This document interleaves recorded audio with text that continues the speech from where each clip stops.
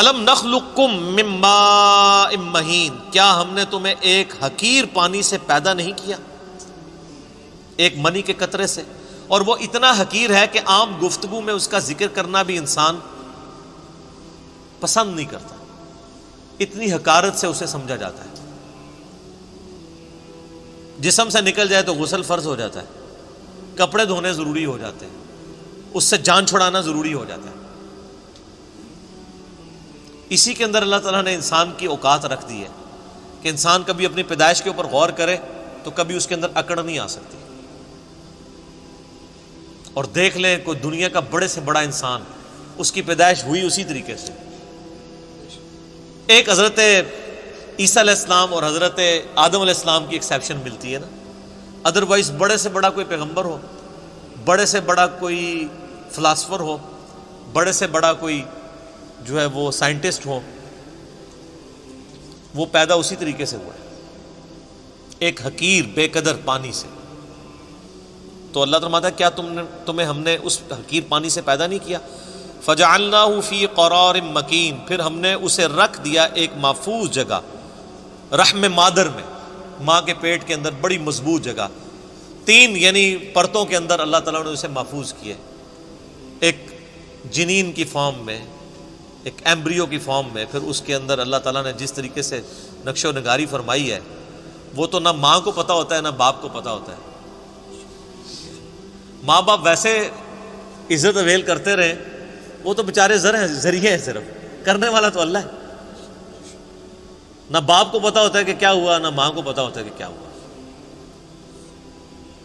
الی قدر معلوم، ایک معین مدت تک کے لیے۔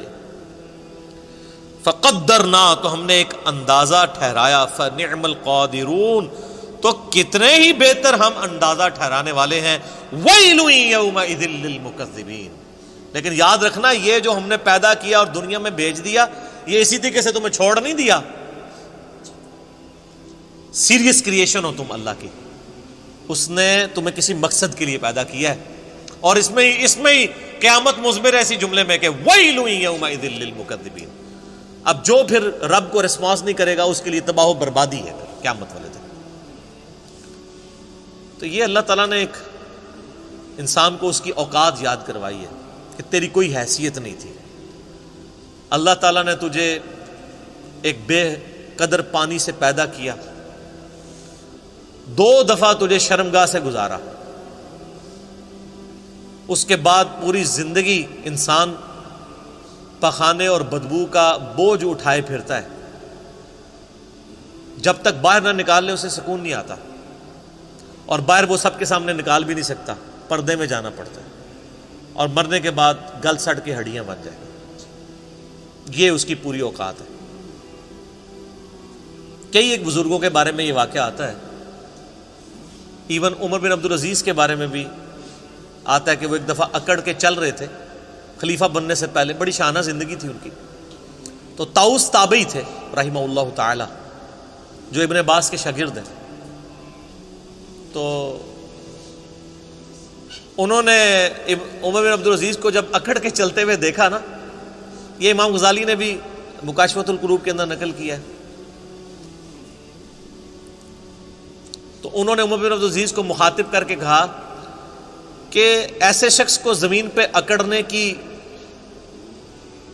کوئی اختیار حاصل نہیں ہونا چاہیے، اس کی کوئی حیثیت نہیں کہ زمین میں اکڑ کے چلے، کہ جو ایک منی کے ناپاک قطرے سے پیدا ہوا ہے اور 2 دفعہ شرمگاہ سے گزارا گیا ہے، اور اپنے پیٹ میں پخانے کا بوجھ اٹھائے پھرتا ہے، اور مرنے کے بعد گل سڑ کے ایک مردہ ہوگا۔ وہ دیکھ لینا فوراً بو پڑنا شروع ہو جاتی ہے، تھوڑی سی لاش کو ڈیلے کرتے ہیں۔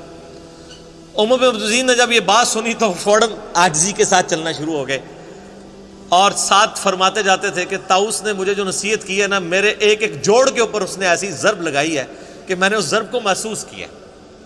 لیکن یہ وہی ضرب محسوس کرتا ہے جس کے اندر وہ ایکسیپٹیبلٹی کا مادہ موجود ہو، ورنہ کوئی ڈھیٹ ہو نا، اس کے اوپر سے پورا قرآن بھی گزار دیں اسے کوئی فرق نہیں پڑتا۔ نصیحت والے کے لیے ایک جملہ بھی کافی ہوتا ہے۔ اسی طرح کا واقعہ حجاج ابن یوسف کے بارے میں ملتا ہے کہ وہ بھی بڑا اکڑ کے چل رہا تھا، اور طاؤس تابی گزر رہے تھے تو پیچھے سے کسی نے اناؤنسمنٹ کی کہ ابھی راستہ چھوڑ دو، گورنر حجاز آ رہے ہیں۔ تو طاؤس تو پھر تابعی تھے، ابن عباس کے شاگرد، ان کا تو تزکیہ ہوا تھا، وہ ان بادشاہوں کو کیا سمجھتے تھے؟ حالانکہ سینکڑوں صحابہ کا قاتل ہے حجاج ابن یوسف، اتنا ظالم شخص تھا۔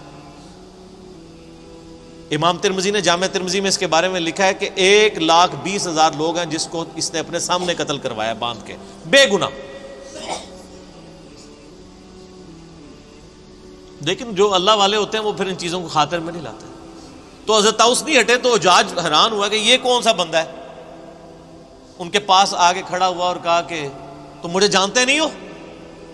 ان کا میں بڑی اچھی طریقے سے جانتا ہوں، تم ایک ناپاک قطرے کی پیدائش ہو، ایک دفعہ اپنے باپ کی شرمگاہ سے نکلے، دوسری دفعہ اپنی ماں کی شرمگاہ سے نکلے، اور تمہارے پیٹ میں اس وقت پخانے اور بدبو کو تم اٹھائے پھرتے ہو سب کے سامنے، سب کو پتہ ہے، یہ وہ حقائق ہیں جس سے کوئی انکار نہیں کر سکتا، اور مرنے کے بعد تم گل سڑ کے ایک مردے کی فارم میں پڑے ہوگے، میں بڑے اچھے طریقے سے تمہیں جانتا ہوں۔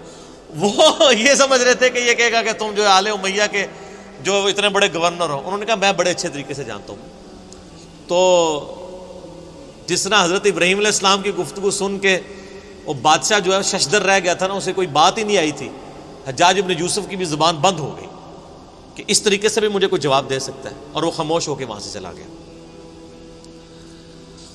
سر ان لوگوں کی تربیت قرآن سے ہوئی بھی تھی، یہ جو جملے بولا کرتے تھے نا وہ قرآن سے ہی بولا کرتے تھے نا، قرآن یہی تو بات کر رہا ہے۔